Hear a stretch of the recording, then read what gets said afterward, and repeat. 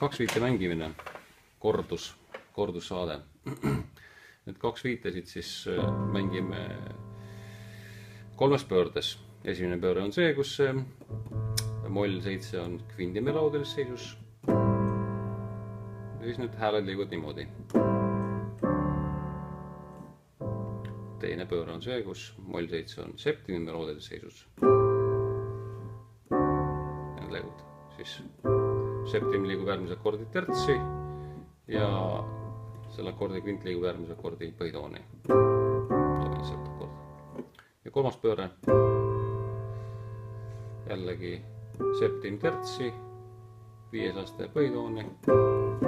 Ja siis siin nagu kogu aeg üks noot jääb kogu aeg paigale.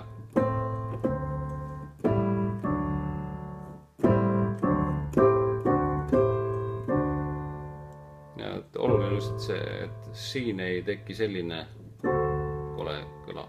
See on kõige loogilisem lahendus. Ehk siis kui ta algab meil sisse mollist,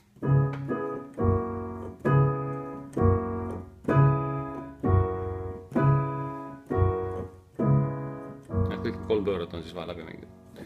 Et see järgnevus läheb astmeliselt allapoole.